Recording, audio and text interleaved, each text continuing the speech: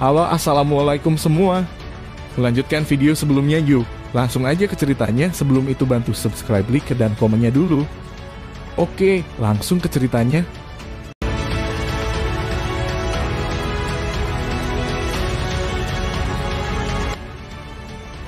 Bayangan hitam tiba-tiba keluar dari kejauhan di dataran yang sepi ini. Kecepatan bayangan hitam itu sangat cepat saat melintas, tampaknya teleportasi.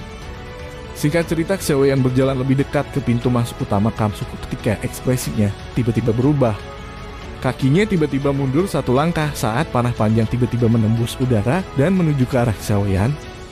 Setelah Xiaoyan menghindari panah panjang, terkejut lembut terdengar dari pagar. Kamsuku tidak jauh. Saya hanya melewati sini dan berencana hanya untuk mengisi kembali persediaan saya. Apa maksudmu dengan ini? Xiaoyan dengan dingin melirik tempat tertentu di pagar dan dengan dingin berteriak. Jangan bilang kamu adalah seorang pemula yang baru saja memasuki wilayah Black Corner. Kamu bahkan tidak tahu aturan bahwa kamu harus menyerahkan ongkos jalan 100 meter jauhnya sebelum kamu memasuki Kamsukuan.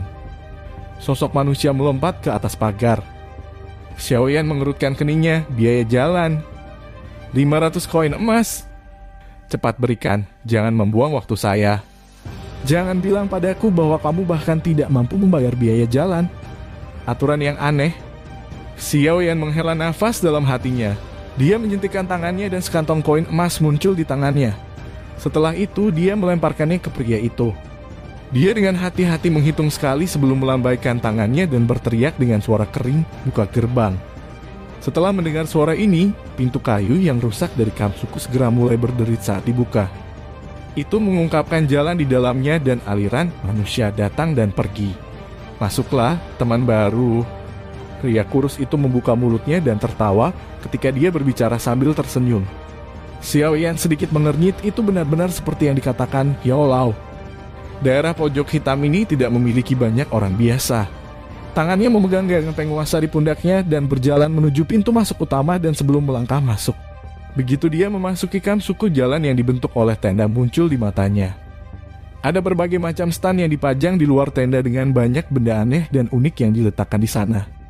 Pada saat ini, ada cukup banyak orang yang membawa senjata di tangan mereka saat mereka berjalan di sekitar tempat itu. Aku harus pergi dulu dan mencari tahu. Apakah ada peta yang dijual? Dia baru saja memasuki jalan ketika sesosok manusia melintas di depannya. Segera tiga pria yang membawa pisau di tangan mereka menghalanginya sambil tersenyum di wajah mereka.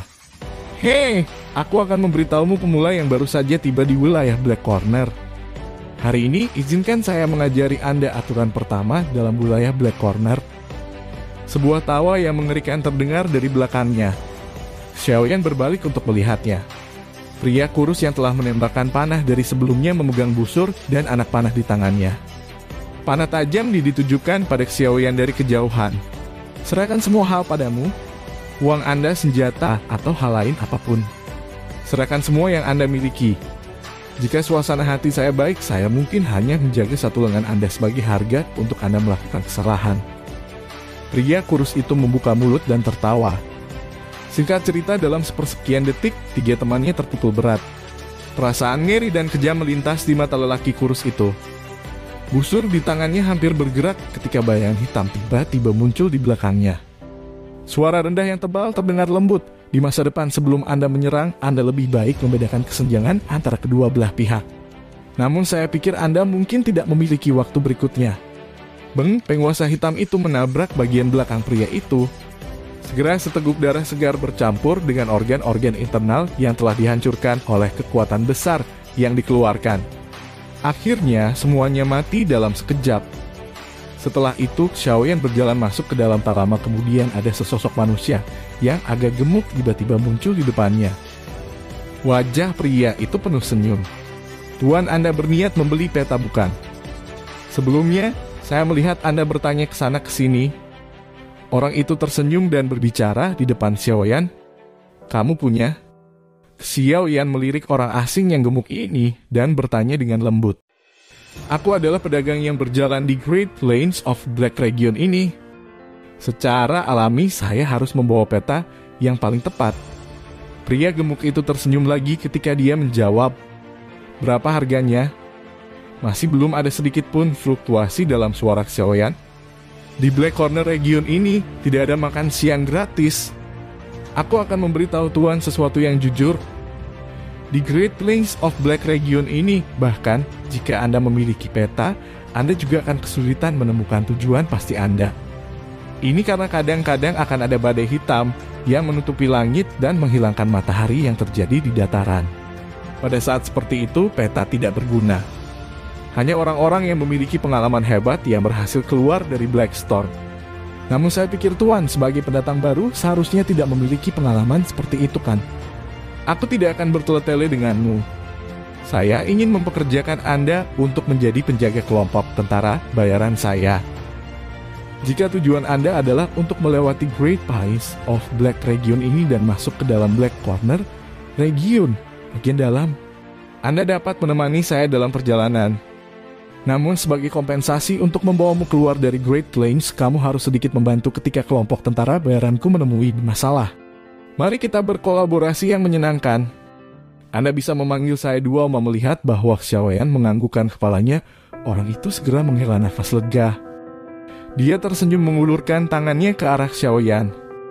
Singkat cerita, waktu di tengah perjalanan fenomena cuaca di Great Plains, di wilayah hitam muncul.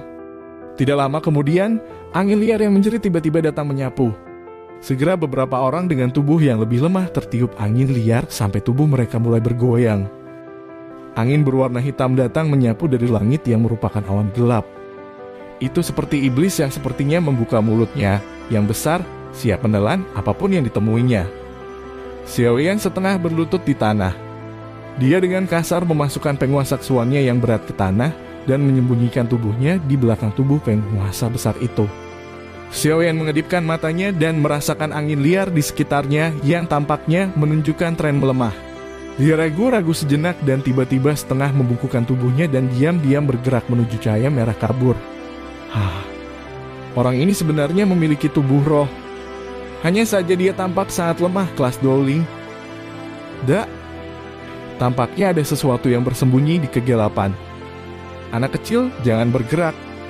Tiba-tiba, Yaolao yang terperangkap dalam kesunyiannya sepertinya telah menemukan sesuatu dan buru-buru berteriak. Xiaoyan akhirnya melihat sosok itu yang sedang panik. Siapa sebenarnya kalian semua? Kenapa kau mengejarku? Sepertinya aku tidak punya dendam dengan kalian. Tubuh spiritual berwarna merah itu bergoyang dan bergerak dalam angin liar. Saat ini dia sekarang menghadapi kegelapan badai. Wajahnya agak terdistorsi dan takut. Hahaha, tawa yang membuat orang merinding tiba-tiba terdengar dari dalam kegelapan. Segera rantai berwarna hitam tiba-tiba keluar dari dalam kegelapan. Itu seperti ular hitam dan sangat lincah saat melilit tubuh roh berwarna merah. Rantai energi itu, yang tampaknya diaglomerasi dari energi yang sangat aneh, baru saja menyentuh tubuh roh berwarna merah ketika gelombang asap putih mulai merembes keluar dari tubuh yang terakhir. Tidak peduli seberapa hebat atau kuatnya kamu ketika kamu masih hidup.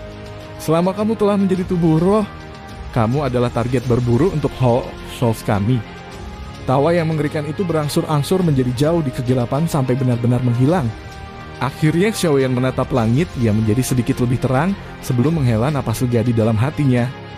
Dia segera melihat kelompok pedagang yang sudah mulai menata segalanya hanya beberapa ratus meter jauhnya.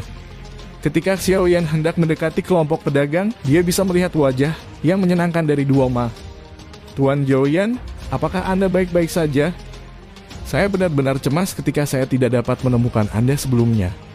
Duoma mengambil beberapa langkah ke depan dan berkata dengan napas lega, "Saya baik-baik saja. Baru saja saya agak ceroboh." Melihat sukacita di wajah Duoma, Xiaoyan tersenyum dan menggelengkan kepalanya. Singkat cerita, akhirnya rombongan Xiaoyan pun melanjutkan perjalanan. Setelah berjalan beberapa hari, akhirnya Xiaoyan dan rombongan sampai di gerbang kota. Tuan Xiaoyan, di mana Anda berencana untuk pergi selanjutnya? Setelah memasuki kota, konvoi Duoma berhenti dan dia bertanya sambil tersenyum. Saya berencana untuk berjalan di sekitar kota. Oh iya, bolehkah saya tahu di mana saya bisa menemukan bahan obat dalam jumlah terbesar di Black Mark City? Xiaoyan melompat turun dari kereta kuda, mengangkat kepalanya dan bertanya. Bahan obat ya? Thousand Medicine Place. Selama Anda memiliki jumlah uang yang cukup. Anda akan dapat membeli bahan obat langka yang sulit ditemukan di luar tempat ini. Duoma tersenyum saat dia menjawab, terima kasih banyak. Karena seperti ini, mari kita berpisah di sini. Kami akan mengobrol di masa depan jika ada kesempatan. Xiaoyan menangkupkan tangannya ke arah Duoma. Xiaoyan perlahan berjalan di sepanjang jalan. Tatapannya berulang kali menyapu toko-toko di kedua sisi jalan. Dia berjalan selama hampir 20 menit sebelum tatapannya akhirnya berhenti di papan nama sebuah toko yang menempati ruang yang luas. Ditulis di papan nama merah pucat itu ada 3 kata besar yang tampak kuno, Thousand Medicine Place. Ini harusnya tempat kan? Xiaoyan bergumam lembut di dalam hatinya. Dia meningkatkan kecepatannya dan berjalan ke toko obat ini dengan suasana yang luar biasa. Akhirnya Xiaoyan menggunakan sisa uangnya untuk membeli 2 set bahan obat untuk memurnikan Trilliness Green Spirit Pill. Setelah itu, pergi ke rumah lelang dan melelang pil obat yang telah Anda suling. Kita hanya bisa melakukan ini. Xiaoyan menghela nafas dan mulai berbalik untuk mencari bahan obat untuk memperbaiki Trilliness Green Spirit Pill. Sangat beruntung bahwa 3 garis hijau Spirit Pill adalah pil obat 4 tingkat. Oleh karena itu, ramuan obat yang dibutuhkannya jauh lebih murah daripada apa yang dibutuhkan untuk memperbaiki pemulihan ungu pil spiritual. Oh, itu benar, aku hampir lupa memberitahumu masalah penting. Ketika Anda menelan Green Lotus Core Flame, Anda mengandalkan perlindungan dari pil Lotus Darah untuk meningkatkan peluang Anda untuk sukses.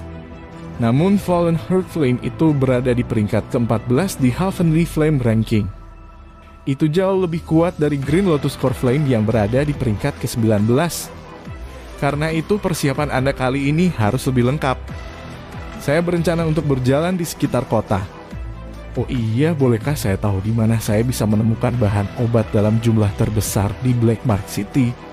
Xiaoyan melompat turun dari kereta kuda, mengangkat kepalanya dan bertanya. Bahan obat ya? Thousand Medicine Place.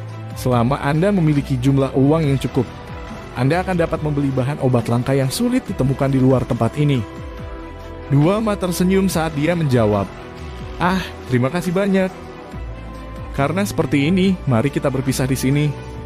Kami akan mengobrol di masa depan jika ada kesempatan.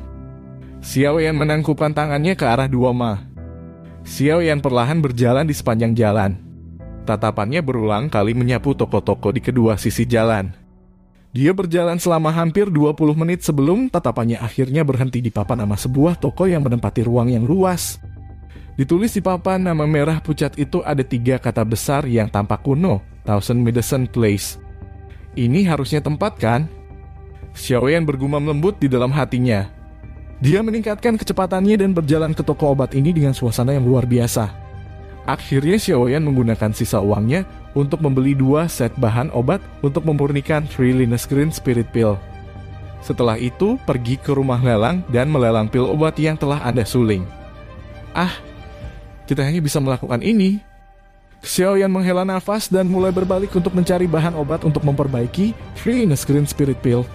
Sangat beruntung bahwa 3 garis hijau Spirit Pill adalah pil obat 4 tingkat.